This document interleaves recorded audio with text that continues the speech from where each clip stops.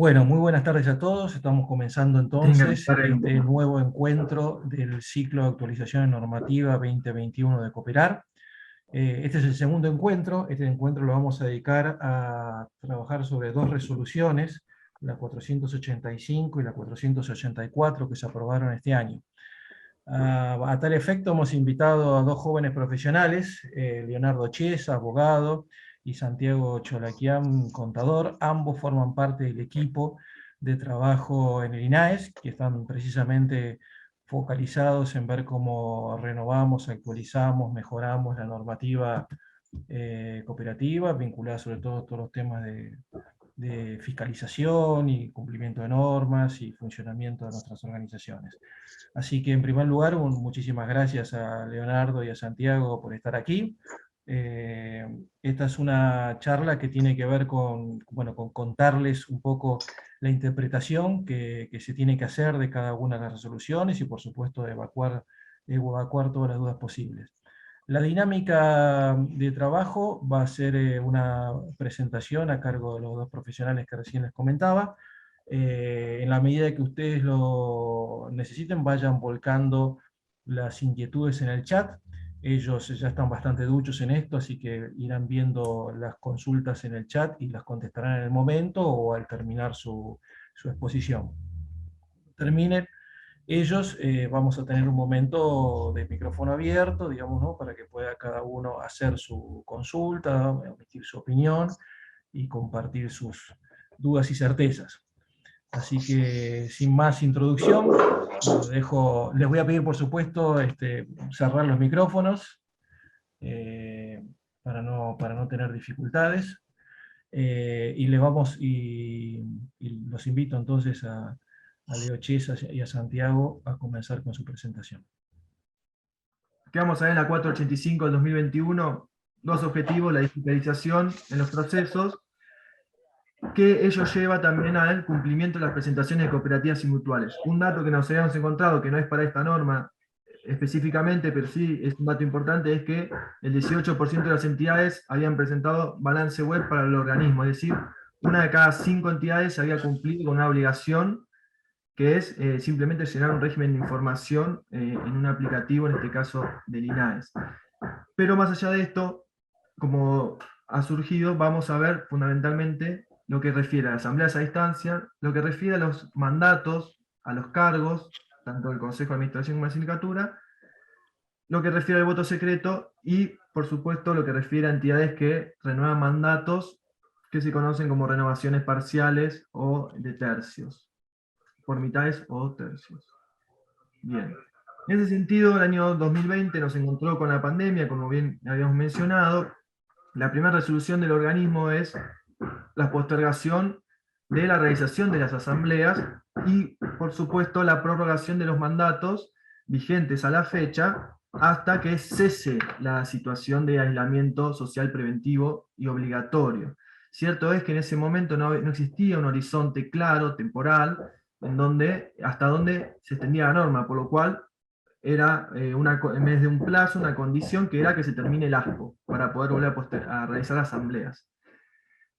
Pasado el tiempo, casi 3 meses, de la gestión, en este caso, esperen que voy agregando gente mientras, se emana la 358 del 2020, que lo que hace es receptar, que lo vamos a ver y lo va a explicar mucho mejor Santi que yo, respecto a las asambleas virtuales que ya establece el Código Civil y Comercial en su artículo 158 y en el inciso A, y emana la primera resolución respecto a las asambleas a distancia.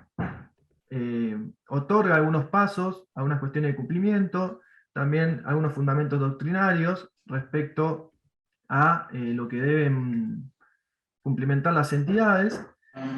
Sin embargo, hay un requisito que parece demasiado rígido, que las entidades no pueden llegar a cumplir, que la 583 del 2020, o sea, un mes y medio después, se logra aclarar que es respecto fundamentalmente a la obligatoriedad de un veedor en las asambleas. Es decir, las asambleas por las 358 virtuales que no tuvieran que no tuvieran veedor no eran consideradas válidas por cómo estaba redactada la norma. Entonces, la 583 viene a cambiar ese paradigma y otorga una cierta flexibilidad para la realización de la misma.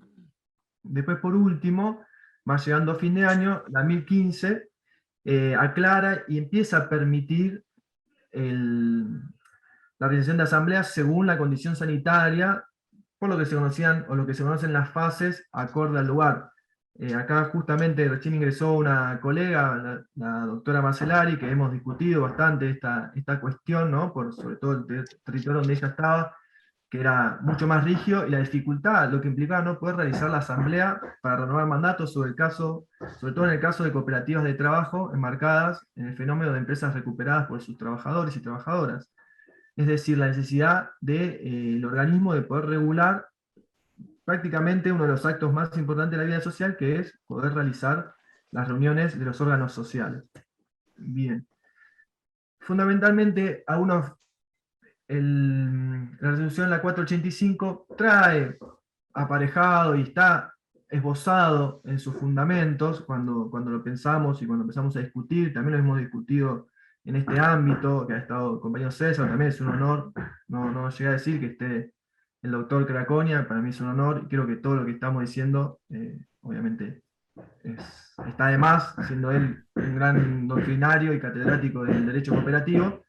Pero bueno, fundamentalmente lo que intentamos con esta norma es traer un poco el cambio de paradigma que surgía en el derecho comercial, de pensar más que nada en la empresa, en ese sentido la empresa cooperativa y no tanto en los propios integrantes. Esto por ahí suena complejo, pero ahora lo voy a pasar a especificar. ¿Qué quiere decir? Nosotros nos empezamos a encontrar desde el ejercicio de la profesión un montón de complejidades, sobre todo con organismos estatales o entidades financieras, conforme a la renovación o al vencimiento sobre todo de las autoridades del Consejo de Administración de las distintas entidades. Y en esta anomia normativa o esta dificultad de poder realizar las renovaciones en las inscripciones, lo que intentamos es tratar de traer algunos esbozos que ya venían sucediendo en otros ámbitos del derecho comercial, como puede ser desde la Inspección General de Justicia, las sociedades comerciales y las asociaciones civiles. Yo, si mal no me recuerdo, acá mi colega, el doctor Cholaquian, lo he visto escribir algunas de estas cuestiones, sobre todo con las entidades financieras, diciendo que no existe, básicamente, una entidad que no tenga autoridades, no existe lo que se denomina la anomia de autoridades o la acefalía. En ese sentido, ya con la elaboración del nuevo Código Civil y Comercial del año 2015, ya se establecían algunos principios como el de flexibilización o el de subsistencia societaria en un sentido amplio, es decir, no establecer en un rigor un ritual manifiesto en donde nos quedemos solamente con un requisito formal que a veces hacen a la vida social, pero no por ello evitemos mantener la figura y que la figura tenga cierto dinamismo y que se pueda trabajar, ¿no? Fundamentalmente ese es el fin último. En ese sentido, también sumando a las nuevas tecnologías que ya venían avanzando bastante, y creo que con la pandemia fueron obviamente avanzando mucho más. En ese sentido, el fundamento normativo o legal es el Código Civil y Comercial en su artículo 158, que en el inciso A establece las asambleas unánimes, y en el inciso B las asambleas autoconvocadas, que esto mismo lo vamos a ver a continuación. Y por último también, cierto es que obviamente, supletoriamente, analógicamente, entendemos que, y también lo establece el artículo 118, que en el caso de lo que no está regulado por la ley de cooperativas, en este caso de cooperativas, puede ser y debe ser tomada en cuenta la Ley General de Sociedades, en donde su artículo 257 habla respecto a que sobre todo los directores de la sociedad anónima deben permanecer en su cargo hasta que sean reemplazados. Bien, acá le paso la palabra a Santi, voy a ver qué pasó con César mientras. ¿Qué tal? Buenas tardes, ¿cómo están? Bueno, como bien introdujo Leo, una de las principales resoluciones que vamos a estar viendo es la 485 del 2021, que en su artículo primero ya nos trae un nuevo ordenamiento respecto a las asambleas a distancia. Digo nuevo porque, como ya explicó Leo, hubo algunos antecedentes. Lo que nos parece interesante remarcar en todo de las asambleas a distancia es que surgieron en un contexto de pandemia, a partir de emergencia sanitaria, ya había algún antecedente de reuniones de los consejos de administración a distancia. Con la pandemia surge una primera norma de las asambleas a distancia y finalmente la 485 termina por dar un nuevo ordenamiento. Digo un nuevo ordenamiento porque ya se plantea pensando en que con la mirada de que las herramientas que hoy estamos utilizando, como es esta misma por el cual estamos teniendo esta conversación, llegaron para quedarse. Y de ese lugar es el instituto que se plantea que tiene que dar respuesta a las nuevas necesidades y a las nuevas realidades, nuevas prácticas. Bien, vamos entonces a repasar un poquito la norma y tal vez mencionar cuáles son los cambios más significativos respecto de lo que eran las resoluciones previas. En cuanto a los requisitos, se mantienen los planteados desde un comienzo, que es la libre accesibilidad al sistema o al canal de comunicación elegido, la transmisión simultánea de sonido e imágenes y garantizar la grabación en soporte digital. Esto porque se debe conservar una copia en soporte digital por el término de un año. Anteriormente, la norma previa se refería al término de 5 años, ahora se redujo al término de 1 año solamente. Que si bien es más que lo que plantea la norma para alguna impugnación, se considera que igualmente es un plazo razonable o prudencial. Otro requisito que es importante es que en la convocatoria se debe informar el canal de comunicación y precisamente también el link de acceso. Digamos, si es por Zoom, bueno, Zoom, consignando el link, la clave de acceso, la contraseña, todo lo que sea necesario para que las personas asociadas puedan ingresar el día y hora que vaya a suceder la asamblea. Y aquí tal vez menciono los 2 puntos que tenemos fundamentales o que más viene a cambiar respecto a lo que se había hecho primigeniamente, que es la cuestión del rol de las veedurías. En una primera instancia se había planteado las veedurías como obligatorias, es decir, si no había veedores por parte del instituto, no se podía realizar la asamblea. En una segunda instancia se planteó que podían realizarse si no eran designados veedores, pero igualmente se seguían designando, y ya ahora con la 485 lo que se plantea es un cambio de mirada. Lo que se plantea es, en vez de plantear a las veedurías como una fiscalización a o vivo, lo que se plantea es que haya personal de la Dirección de Fiscalización para brindar apoyo y asistencia que tienda al cumplimiento de la asamblea. Y ahí también cuando se sacó la resolución, se acompañó con reuniones y con quienes ejercen las veedurías, transmitiendo este mensaje. El mensaje es, en vez de ir a las asambleas a buscar en qué se están equivocando las entidades, vayamos a las asambleas a ayudarlas a que cumplan. Si hay algo que vemos que no se está cumpliendo, que está contrario a lo que dicta la resolución, a la ley, mencionarlo y ayudar, asistir a que en ese momento se corrija, porque las entidades quieren hacer las cosas bien, quieren cumplir con la norma. Es en ese sentido que este artículo se plantea más desde la promoción, el apoyo y la asistencia que desde la fiscalización.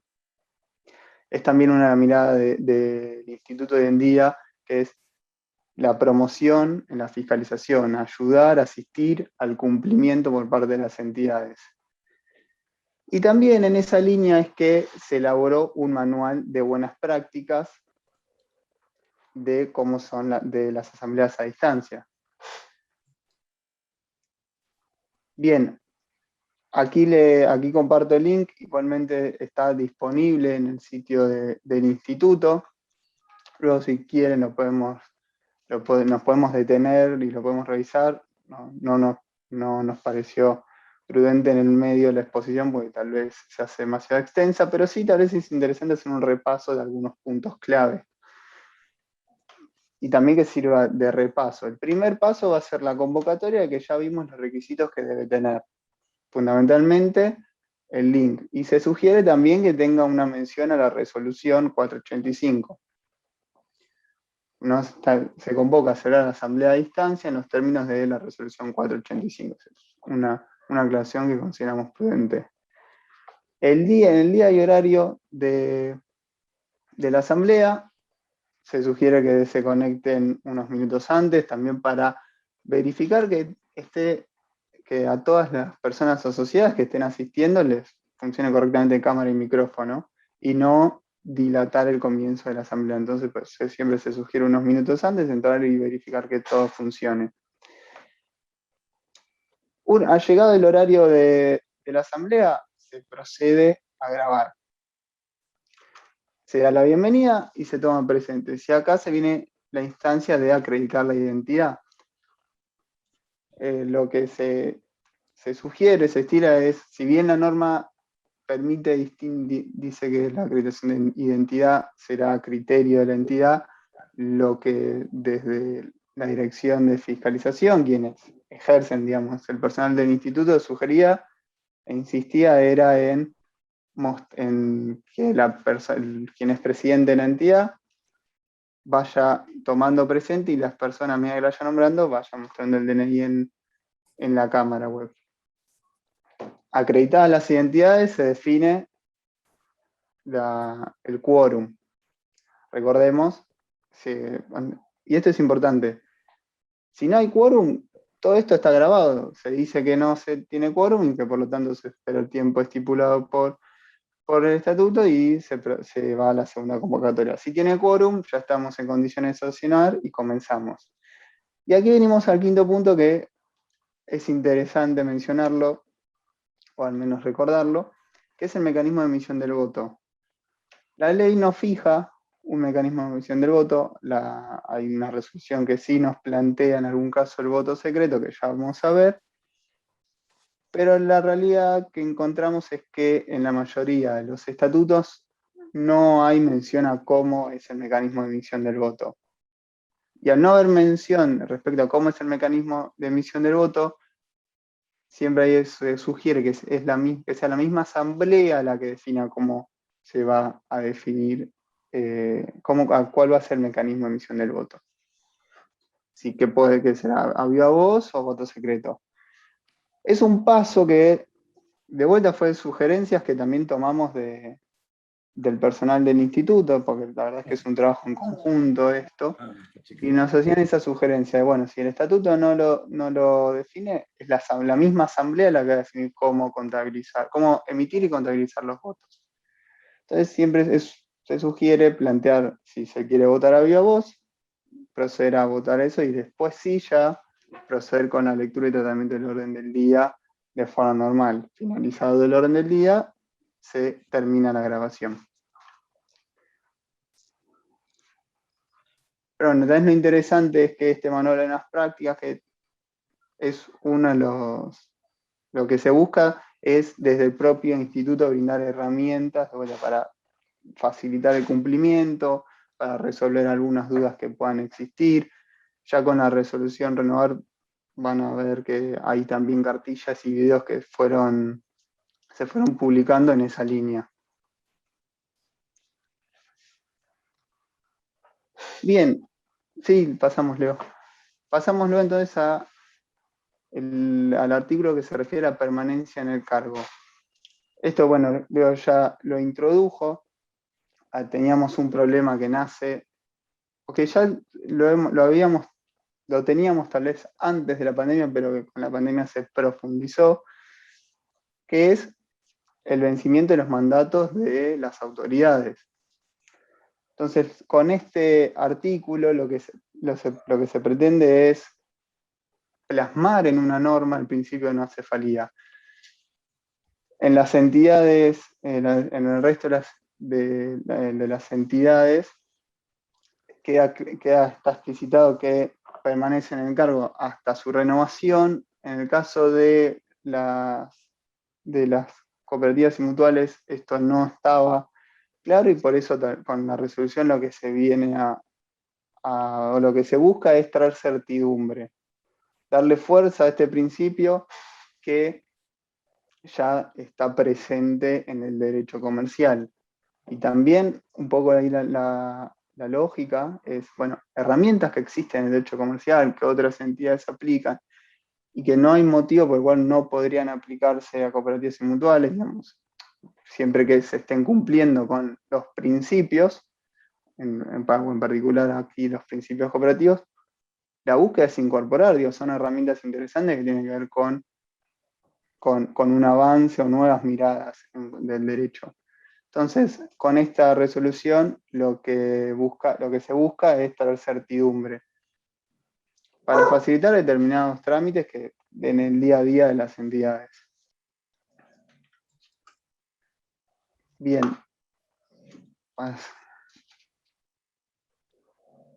Ahí está.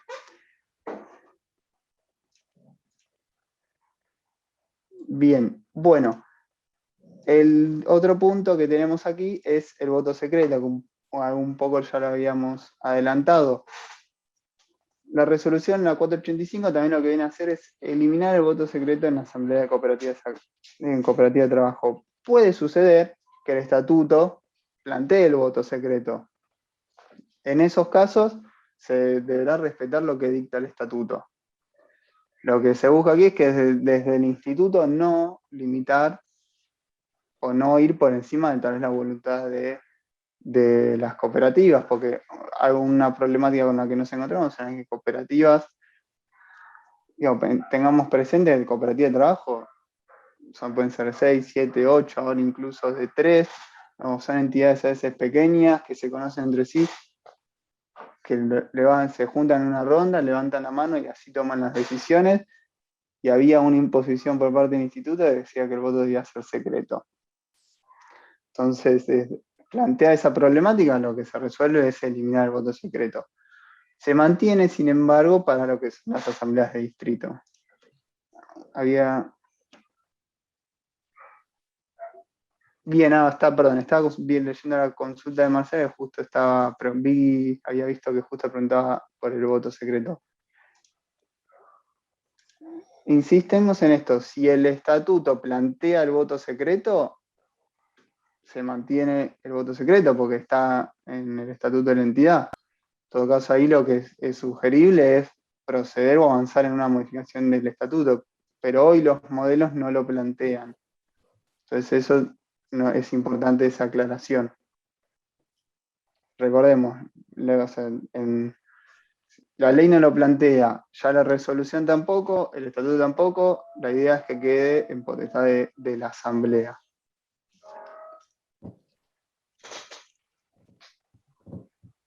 Bien, pasamos, sobre el voto secreto, esto que comentamos, pasamos a renovación de mandatos parciales y aquí le devuelvo la palabra a Leo. Bueno, respecto a la renovación de mandatos parciales, sobre todo es un pedido de las organizaciones más representativas en términos de cooperativismo del país. Cierto es que con la pandemia, con la postergación de realización de asambleas y con la consecución de la renovación de mandatos,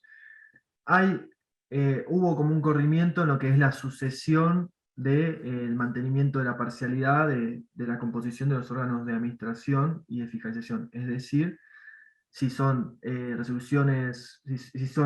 renovaciones por mitades o por tercios, al 2020, al no haber habido realizar asambleas, incluso gran parte del 2021, iba a haber un corrimiento en esa sucesión que establece el estatuto, ¿no? Entonces no se sabía hacia dónde ir.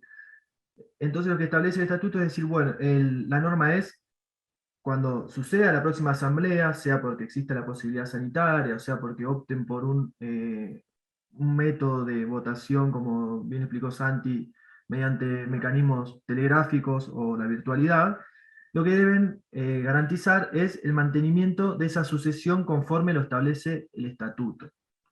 Es decir, yo acá hice un breve ejemplo ¿cómo puedo decirlo? Muy simple, pero bueno, básicamente cuando se renueven, en este caso es una entidad que entró en el ASPO, no habían renovado autoridades y ya tenían algunas, ya empezaron a operar los vencimientos en el 30 de abril. Es decir, el primer bloque, cuando hagan la asamblea el 30 de mayo de 2021, el primer bloque, en vez de durar 3 años, en esta entidad que tiene mandatos por 3 años, el mandato va a durar 2 años y, bueno, un mes sería. Ya en la segunda se equipara un poquito más y va a durar casi, bueno, va a durar 3 años, ¿no? Pero bueno, y el tercer bloque en realidad es 2025. Es decir, va a haber un bloque que se mantuvo, en vez de 3 años tuvo casi 4 y medio por la prórroga, y el próximo bloque va a completar para llegar a esos 6 años en este caso. Lo que se busca es mantener la potestad y la voluntad de los fundadores a la hora de la realización de la cooperativa y mantener, obviamente, esta sucesión de mandatos.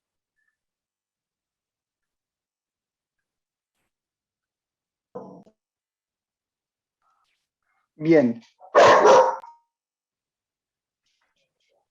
disculpen los ladridos.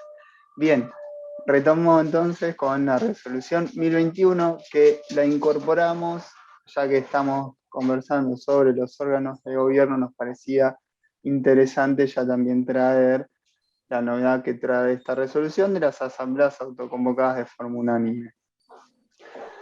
Una vez más, lo que se busca con la resolución, lo que se pretende es resolver una problemática del día a día de las entidades que muchas veces se han manifestado al respecto. Y acá nos referimos a entidades como dice la norma está orientada a cooperativas micro y pequeñas, de poca envergadura, que tal vez son pocas personas asociadas, que resuelven, así como habíamos descrito, tal vez ya están trabajando en un mismo lugar, hay que resolver alguna cuestión, se juntan, votan y lo resuelven.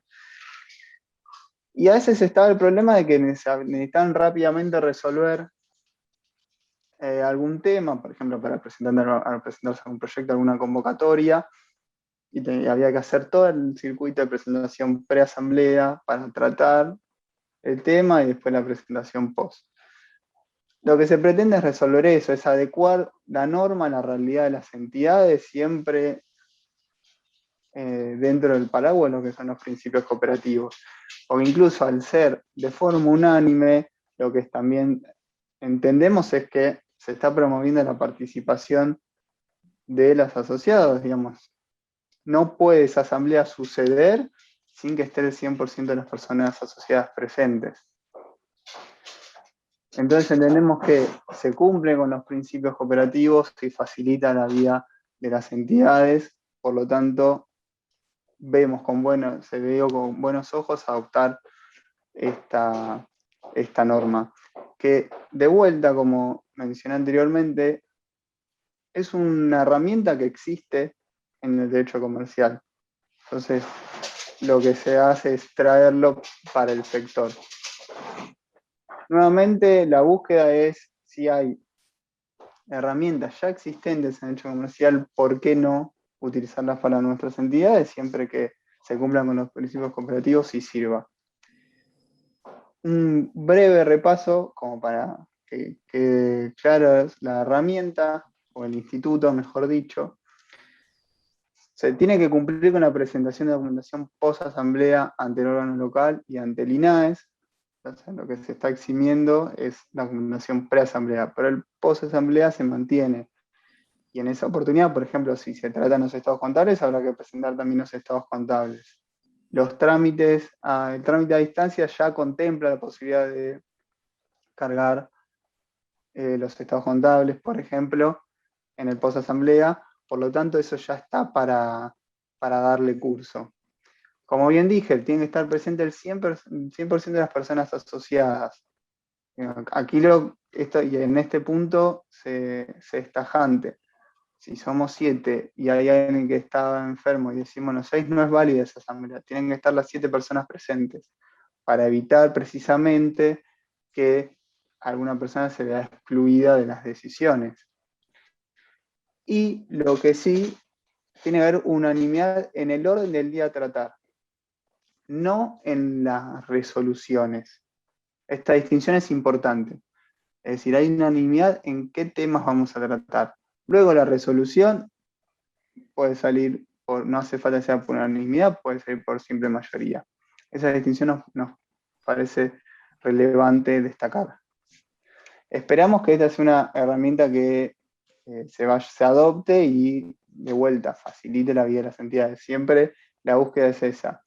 Entendemos también que si se facilita el cumplimiento de obligaciones por parte para las entidades, lo que se está haciendo es promover precisamente el cumplimiento. A veces todo el circuito de preasamblea, posasamblea en entidades más pequeñas resultaba engorroso y muchas veces por eso no es que se desistía, pero ni siquiera se comenzaba, como que se iba dilatando esa convocatoria, digamos. Entonces entendemos que al hacerlo de esta manera se puede hacer la asamblea y con un solo trámite se cumple la obligación, entendemos, o también se pretende que se incremente el cumplimiento. Y nos queda por último la resolución 484 del 2021.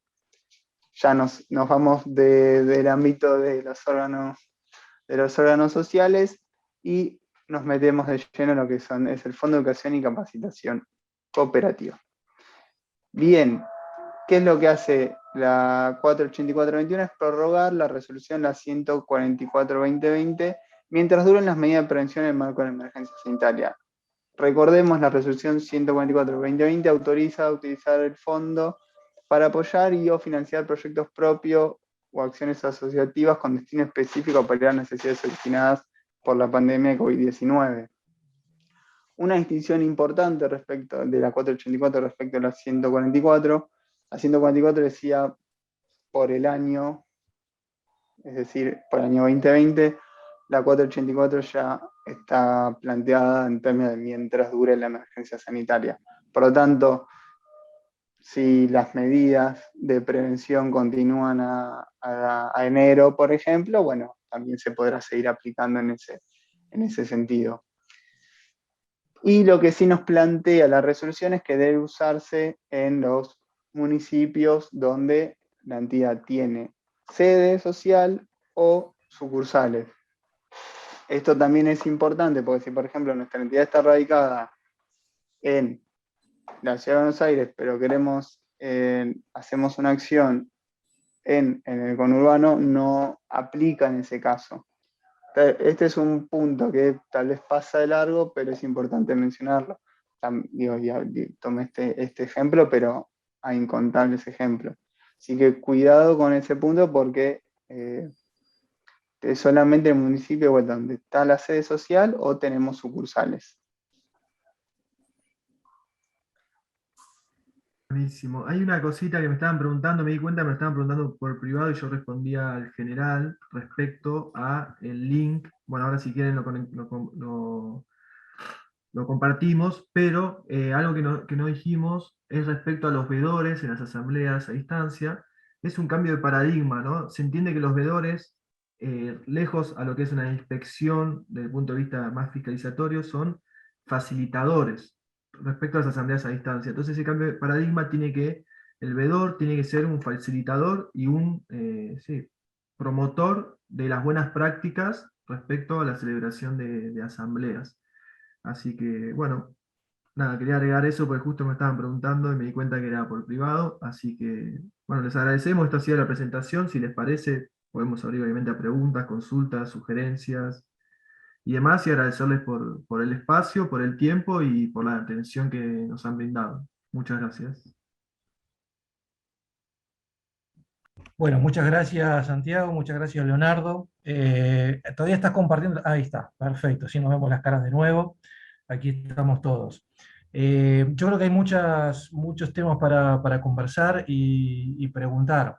Yo voy a hacer alguna pequeña puntualización de cosas que venimos charlando dentro de la comisión de normativa, simplemente para ordenarlo y en todo caso vayan pensando las futuras preguntas.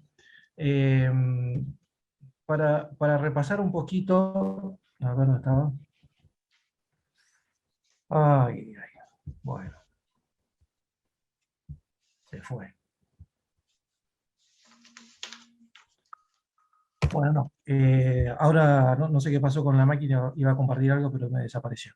Bueno, no sé si alguno quiere hacer alguna pregunta, algún comentario.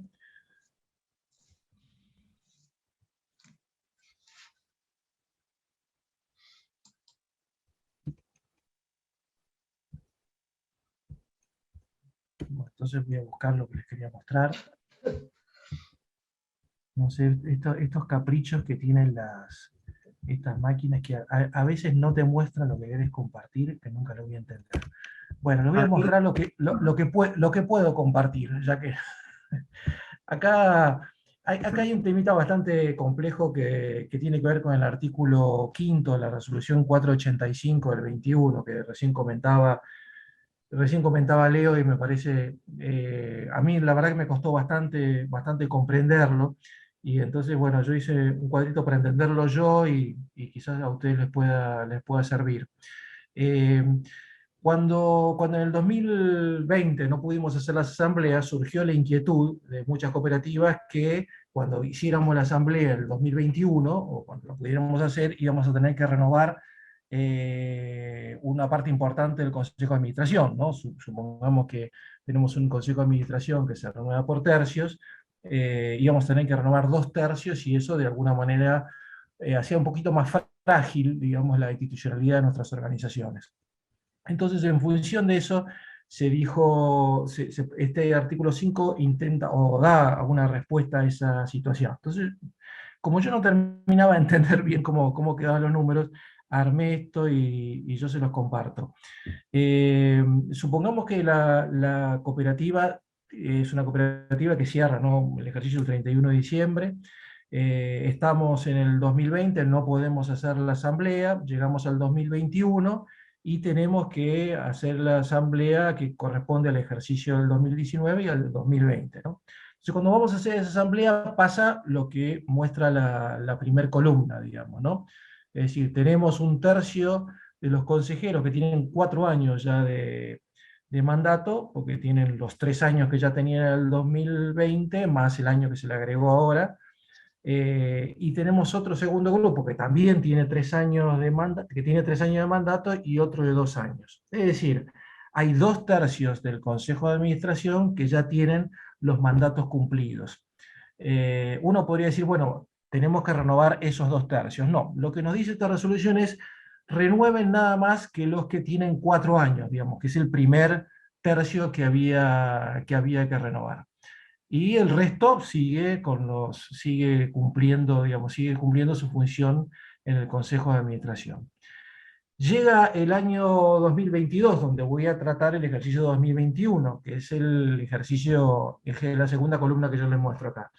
Entonces yo, en este caso, voy a tener un tercio que tiene un año de mandato cumplido, otro tercio que tiene 4 años de mandato cumplido y otro de 3. O sea, vuelvo a tener el mismo problema que tenía el año pasado, porque vuelvo a tener 2 tercios con mandatos cumplidos. Entonces, bueno, se vuelve a aplicar el criterio del artículo 5 y renuevo el mandato nada más que del tercio que tiene 4 años.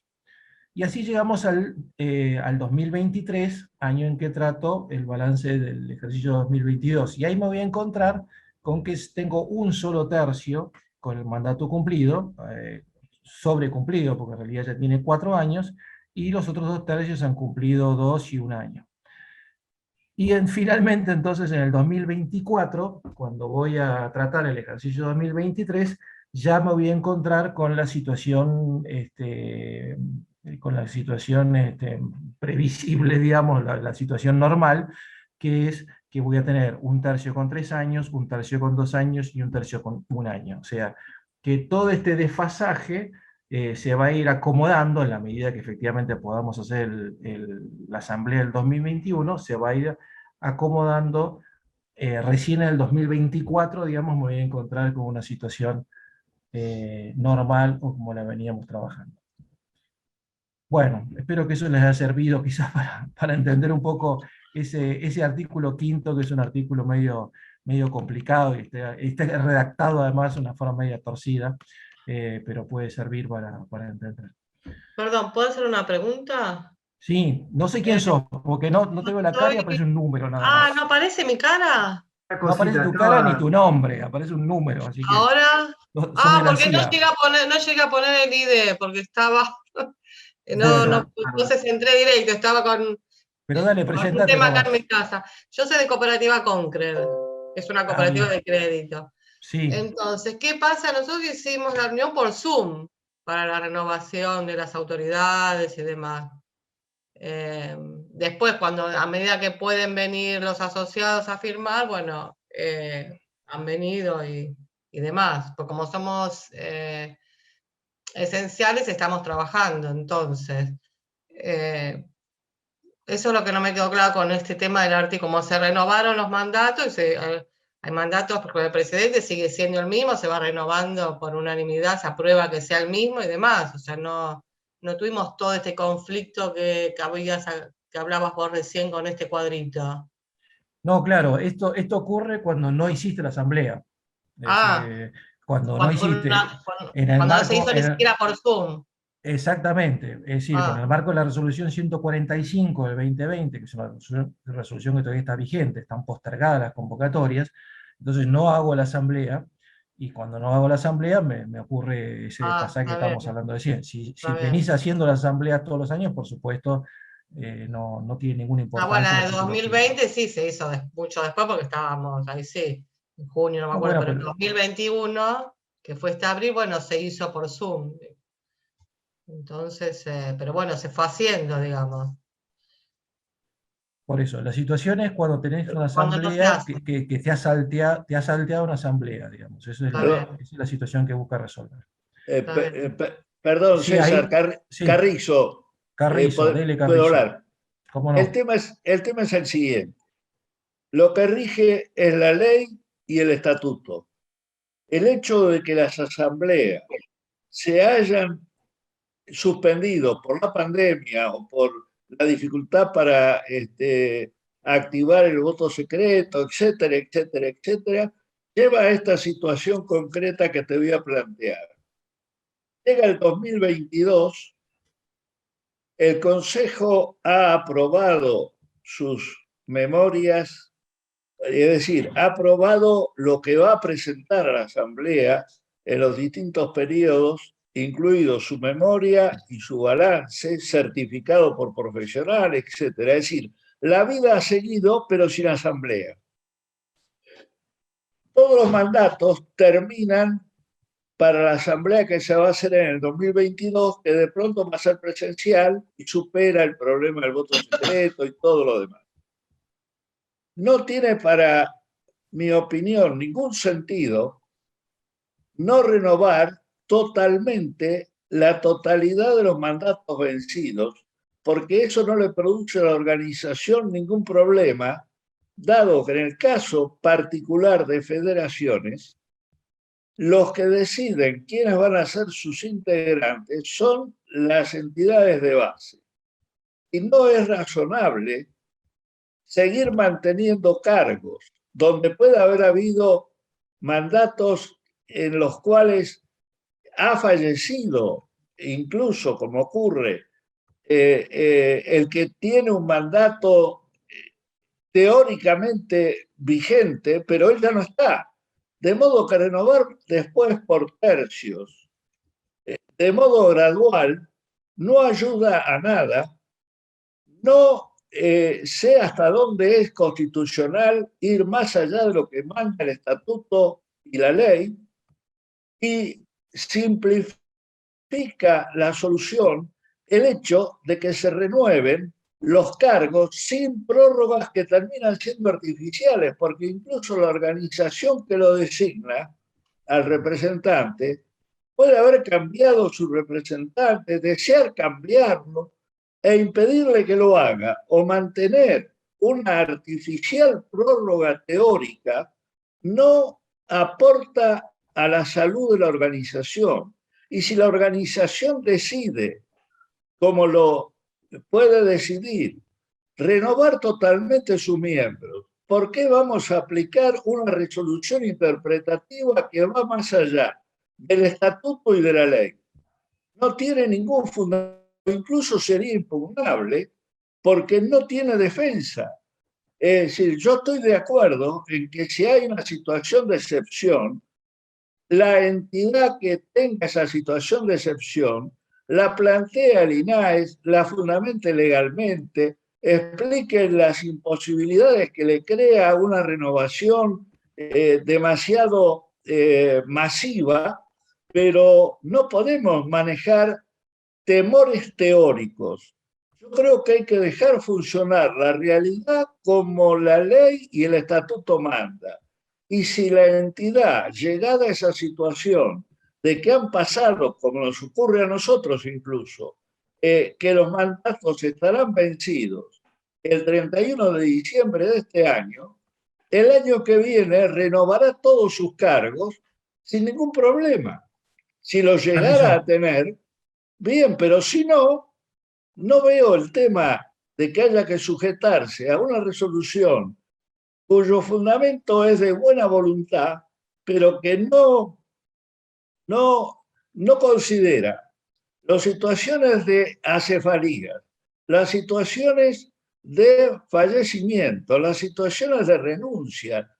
Entonces, estas renovaciones por tercio, por un año más, es plantearse teóricamente una idealidad teórica que hay que dejar que las entidades le planteen al INAES su situación. Tenemos los mandatos vencidos y vamos a renovar todos los cargos, porque así lo manda el estatuto y la ley. Gracias, Carrizo. Se entendió perfectamente su planteo.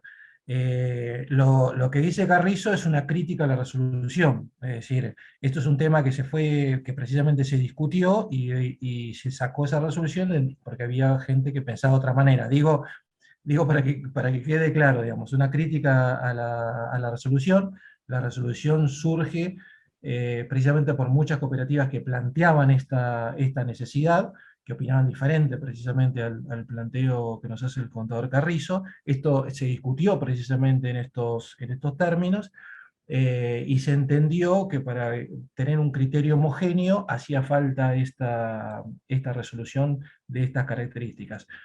Digamos, para dejar claro que lo que rige hoy es esta resolución, y esta es la interpretación del INAE, digamos, ¿no?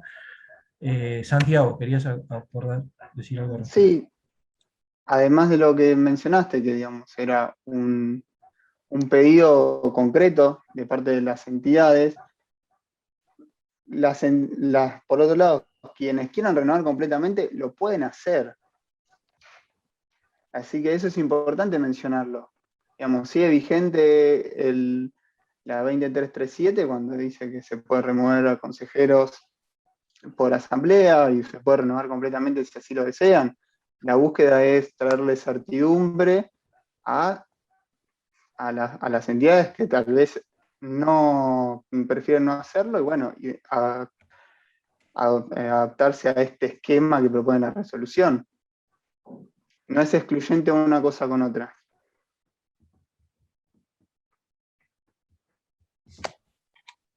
Sí, Perdón. Caramánico. Sí, no, yo quería consultar algo, porque si la memoria no me falla, el INAES con anterioridad al dictado de esta resolución había emitido algún dictamen con la opinión contraria, ¿no? ¿Es así? No lo recuerdo. No. No con opinión contraria, pero sí ha variado y ha oscilado esa opinión en todo lo referido al 2020 conforme a la evolución de la cuestión sanitaria. Y una cosita, perdón por ser un poco también ansioso, el señor Alberto creo que fue el primero que levantó la mano y quiere hacer una pregunta, si quiere preguntar, y bueno, mantenemos ahí un orden, si le parece. Sí, ¿qué tal?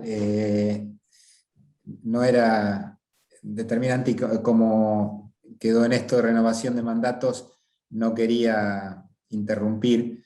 Yo quería ir un poquitito más atrás y no quedarme solo en la resolución, sino en el sentido de este tipo de asambleas que repetimos mucho que llegó para quedarse, el avance de la tecnología y demás.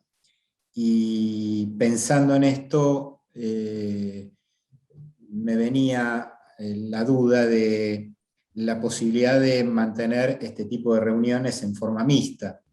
Es decir, que en la sede se plantee la reunión formal que se hace, y cuando haya asociados que no puedan llegar por cualquier motivo, inclusive hoy, en una pandemia, puedan hacerlo por Zoom, con lo cual se estaría dando una situación mixta. Esto creo que deberíamos plantearlo desde la Confederación como un hecho para que no surjan cuestionamientos posteriores a este tipo de eventos. Esta es una duda que se me plantea como duda.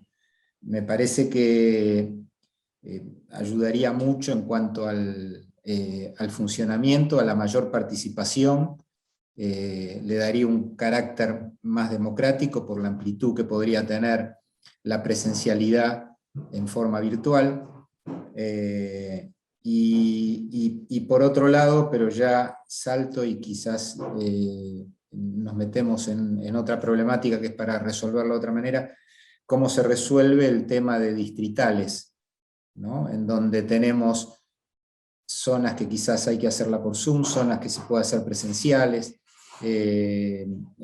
Bueno, esto lo tiraba como una duda. Eran estas dos reflexiones o dudas, tómenlas como quieran.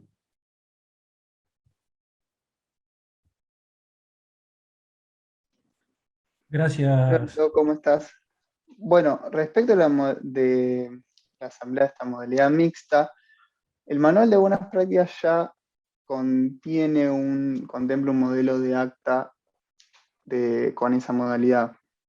También es importante tener presente que cuando estamos haciendo asambleas a distancia, si bien es de forma virtual, sigue teniendo, o sea, la entidad sigue teniendo asiento en su sede social.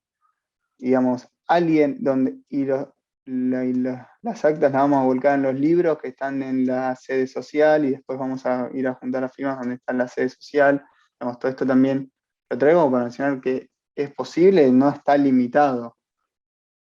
Lo que tal vez requiera más desde un punto de vista técnico es tener si hay varias personas que están presentes, bueno, contar con la suficiente micrófono, cámara que permita cumplir con la transmisión de imagen y sonido, digamos.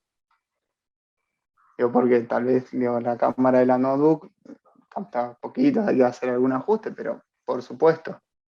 Está claro. Ahí pido la palabra a Marcela. Marcela, si no es con este mismo tema, yo quisiera hacer un comentario primero con el tema este de las mixtas, así. No sé si está de acuerdo, Marcela. Sí, es con la experiencia de las mixtas. Ah, bueno, Pero dale. si querés hacer comentario, no hay problema. No, yo quería compartir un tema de qué estamos hablando cuando estamos hablando de cooperativa, perdón, ahí está. Esto es lo que dice la resolución 3256, que es la que establece que el Consejo de Administración puede realizar reuniones a distancia, digamos. Esto es una resolución previa a la pandemia, que fue precisamente propuesta por Cooperar en su momento, y por la cual se hacen las reuniones de Consejo de Administración en forma virtual. Entonces ahí dice, entiéndese por reuniones a distancia aquellas en las cuales se combina la presencia física de algunos integrantes del órgano con la presencia simultánea y a través de un determinado medio de comunicación interactivo de otros integrantes que se encuentran distantes físicamente. Es decir, esta resolución del Consejo de Administración, cuando define la reunión de distancia, la define a partir de que hay consejeros que participan a distancia. Después, en el caso de la resolución 485, que estábamos viendo recién, y la 358, que es el antecedente, no definen la reunión virtual en la reunión a distancia en el caso de las asambleas. ¿Se entiende? Pero yo creo que la interpretación correcta es que cuando nosotros estamos hablando de asambleas en modalidad de distancia, estamos entendiendo, estamos incluyendo aquellas donde también hay una participación presencial, digamos, ¿no? Donde hay gente que está en la sede. O sea, me parece que, que la asamblea siempre es única, como decía Santiago, la asamblea es en sede social, está convocada en la sede social, el manual de buenas prácticas dice eso, convoca sede en la sede social y se participa a través de la plataforma y eventualmente también en forma presencial si se adecúan las condiciones sanitarias para hacerla y se decide así por parte de la cooperativa, digamos, ¿no? Pero, yo creo que tenemos que empezar a hablar de asambleas con gente que participa a distancia a través de la plataforma, digamos, ¿no? Sí, Perdón, Marcela, sí. Le dejamos a Marcela Carrizo y después vamos a Carrizo. ¿Te parece, Carrizo? Sí, Marcela. lo que quería comentar y un poco a propósito de lo que comentó el señor Carrizo y de estas resoluciones, yo creo que la pandemia derivó en un montón de resoluciones, leyes, ordenanzas, es decir, cada lugar hizo lo que pudo como para avanzar. Me parece que estas resoluciones son muy importantes. Creo que sientan la base para un posible armado de alguna ley a futuro, no reformando la 2337, sino algo específico, y estoy hablando del cooperativismo de trabajo.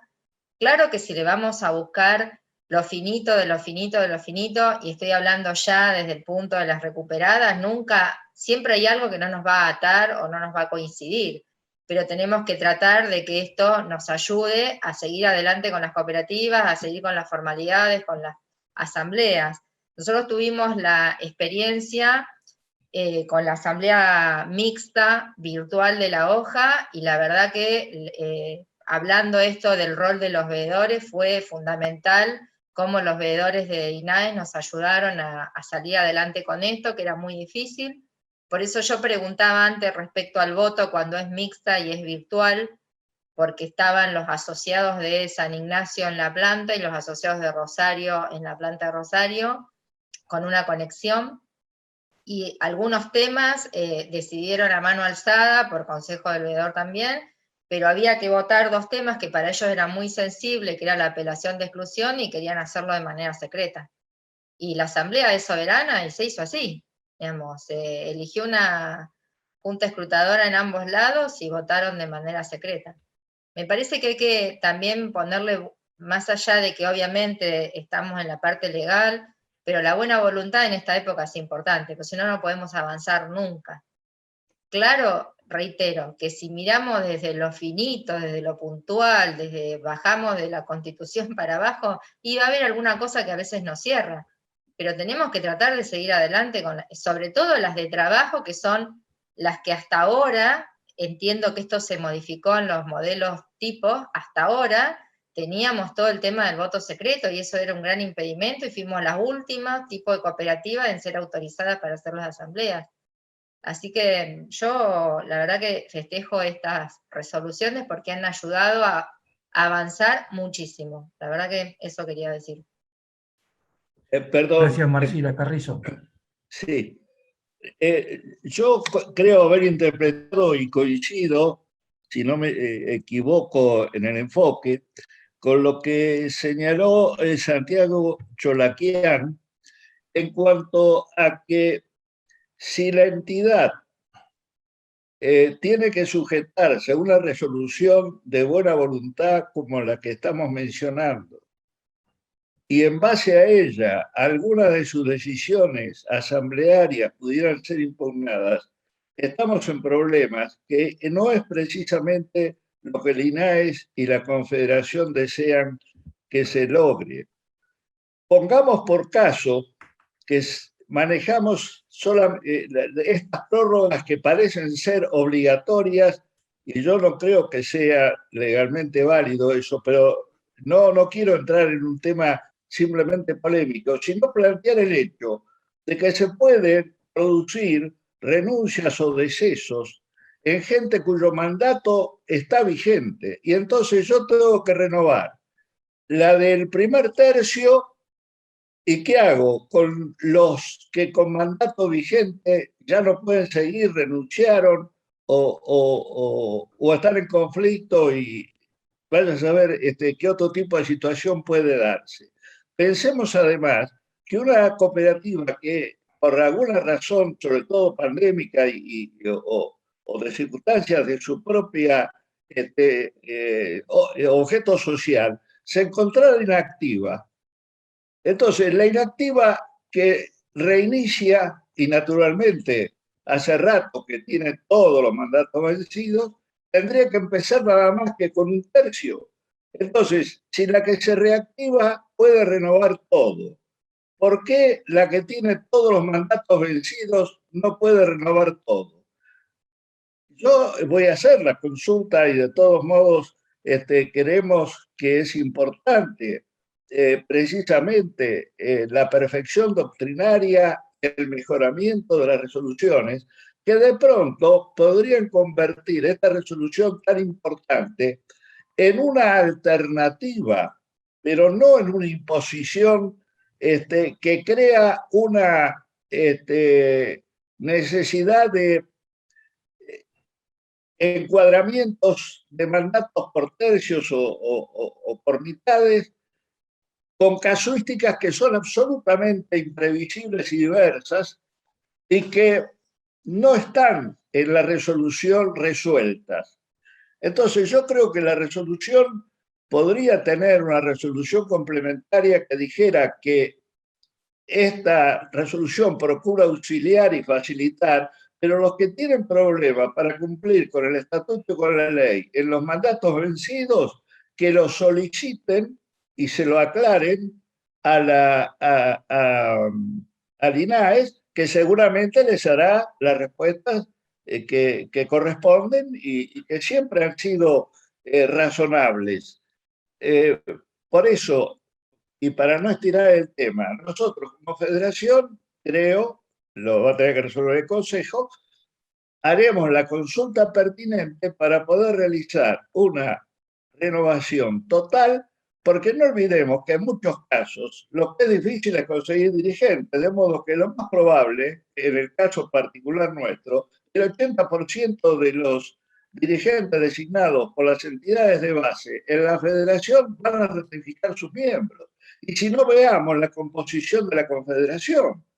La mayoría de sus mesas directivas y demás tienen renovados sus mandatos hace tiempo por natural vigencia de la capacidad de sus desempeños. Entonces, sintetizo, creo de que la mejor solución es la que se compadezca con la necesidad de cada organización. En el caso nuestro, creo que corresponde aplicar la ley y el estatuto, realizar la renovación total de los miembros y agradecer esta vigencia de normas, pero entender sin necesidad de impugnarla, de que se trata de un buen auxilio para muchas necesidades que por lo menos han sido evidentes y que no es lo mismo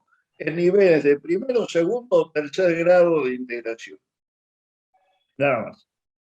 Sí, gracias Carrizo. Ruiz quería, de Santiago del Estero, ¿está por ahí?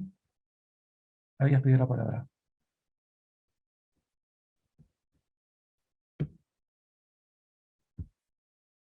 ¿No? Gregorio, ¿no estás ahí? ¿Ahora me escuchan? ¿Me escuchan? Ahora sí, sí. Sí. La consulta es con respecto a la permanencia en el cargo. Yo soy de la Federación de Cooperativas de Santiago del Estero y tenemos mandato vencido hace rato. O sea, estamos en el 6º ejercicio para realizar nuestra asamblea. Venimos haciendo nuestras asambleas a nuestras cooperativas de base, asesorándolas a todos. El sistema aquí en Santiago del Estero: tienes mandato vencido, presentas una nota normalizadora, se genera una resolución del órgano local y haces la asamblea. Nos pasó a nosotros que cuando hicimos la asamblea tuvimos un conflicto y hoy nosotros tenemos el mandato vencido y tenemos que renovarlo. La pregunta es, la permanencia en el cargo que las elasticidad de la resolución 485, qué elasticidad tiene en este caso. Nos resulta difícil, por ejemplo, no tenemos cuenta, nos cerraron las cuentas, porque nos pedían certificado de vigencia. Y resulta que nosotros teníamos certificado de vigencia a nivel nación, pero no la teníamos del órgano local. Y los bancos te piden el certificado de vigencia local. Eso era antes. Hoy ya empezaron a pedir la nacional. La pregunta entonces era, ¿hasta cuánto es la elasticidad de la permanencia en el cargo? Si puedo usar esto para pedir mi vigencia. ¿Me entendieron? Sí, Sí, sí, muy se bien. entendió. Bien. El artículo sobre permanencia en el cargo lo que pretende es cubrir estos, digamos, desfasajes temporales que puede suceder en toda entidad, que hasta son normales. No es tan elástico porque eventualmente, igual hay que cumplir con la obligación de presentación de la documentación, y cuando vos pedís el certificado de vigencia, lo que se está revisando es haber cumplido con el envío de la documentación ordinaria. Lo que entendemos que te permite este artículo es, por ejemplo, si vos tenés que salir mañana a hacer algún acto en representación de la entidad, podés, pero no, la elasticidad es limitada en ese sentido. Podés resolver la urgencia, pero la asamblea hay que convocarla para hacer igualmente la renovación de mandatos. Lo que se busca es traer certidumbre, porque lo que muchas veces sucedía es que tal vez, digamos, eran situaciones concretas en las que tal vez el mandato vencía el 31 de diciembre y el 10 de enero el banco estaba pidiendo la renovación de autoridades, cuando decías, bueno, pero todavía no llegamos a convocar y demás. Viene a resolver esa situación en concreto. Sí, sumado a eso, Disculpa. perdón, una cosita, entenderlo en un sentido del espíritu, digo, que no es una laxitud de poder estirar in eternum los mandatos, sino que es una situación que se da de hecho. Caso es, por ejemplo, las entidades civiles, existe lo que es la inscripción de las autoridades, o sea, nunca, no es que opera el vencimiento, pero hay que escribirlas y por un mandato determinado, un periodo temporal. En ese sentido, el espíritu es que las entidades no pueden quedar vacías, pero a efectos de algún trámite en particular pueden pedir que se encuentren los mandatos vigentes. Es decir, son las mismas autoridades, no es que existe la cefalía, no, las autoridades no han caducado, pero no encuentran su periodo, por así decirlo, vigente. Es como parece una entelequia, una cuestión más filosofal, pero tiene su arraigambre allí. Es decir, son autoridades que están de la cooperativa, pero deben ser renovadas cuando la situación lo permita. Y nosotros hemos presentado, una cosita más, esta resolución que incluso se comunicó al Banco Central, porque el principal problema eran los bancos, fundamentalmente las entidades financieras.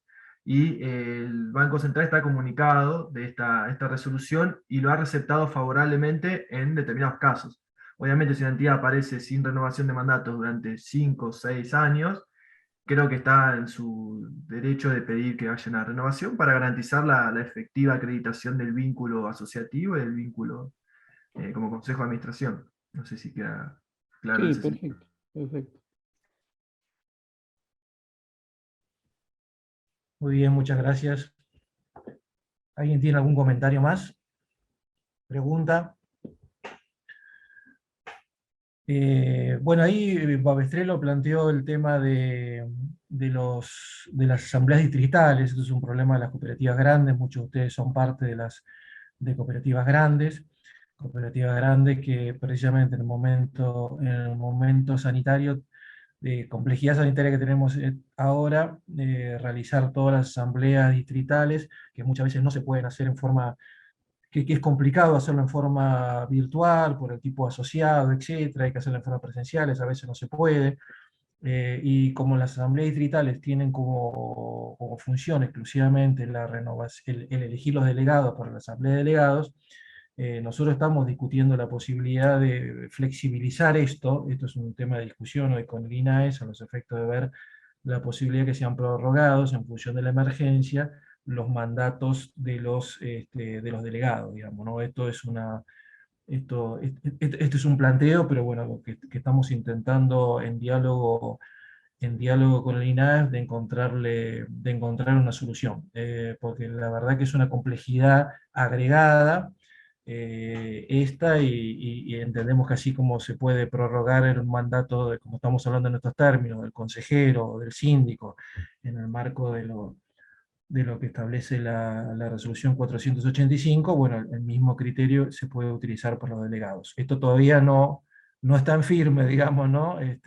Pero está en la agenda de la conversación, es decir, lamentablemente la pandemia no se ha ido, estamos esperando una nueva ola con el tema de la variante Delta. No sabemos cuál va a ser la situación en el momento que tengamos que hacer las asambleas, y en la medida que podamos simplificar, digamos, la organización de asambleas distritales, la verdad que sería sumamente importante. Pero bueno, por el momento esto no está resuelto, pero es un tema en la agenda.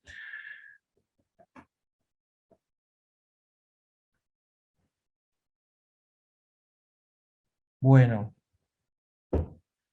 ¿alguna duda más? ¿Alguna pregunta, alguna sugerencia, alguna inquietud? Sí, Jorge.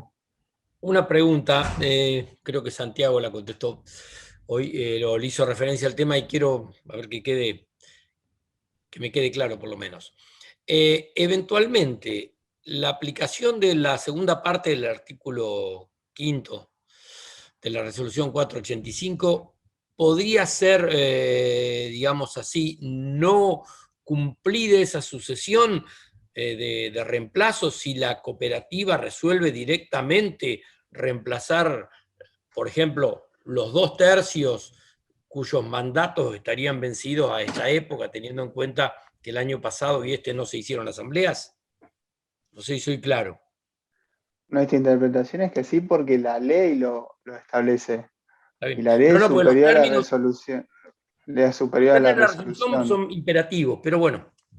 Sí, es verdad que los términos de la resolución son imperativos, pero son imperativos para dar certidumbre a todas las... Porque lo que venía pasando también, ahí para contextualizar un poco, creo que vos habías comentado lo de los dictámenes, venían saliendo distintos dictámenes que no coincidían, entonces es imperativo también como para darle fuerza a la decisión. Sin embargo, la ley es superior a la resolución, y si la Asamblea decide renovar totalmente, lo puede hacer, está facultado a tal efecto. La resolución no puede, no puede ser contraria a la ley en ese sentido. Bueno, gracias. Lo que más, o sea, la resolución es decir, si van a hacer algo distinto, que sea esta la manera. Si usted, la Asamblea lo incluye en el orden del día, renovación total, lo puede hacer.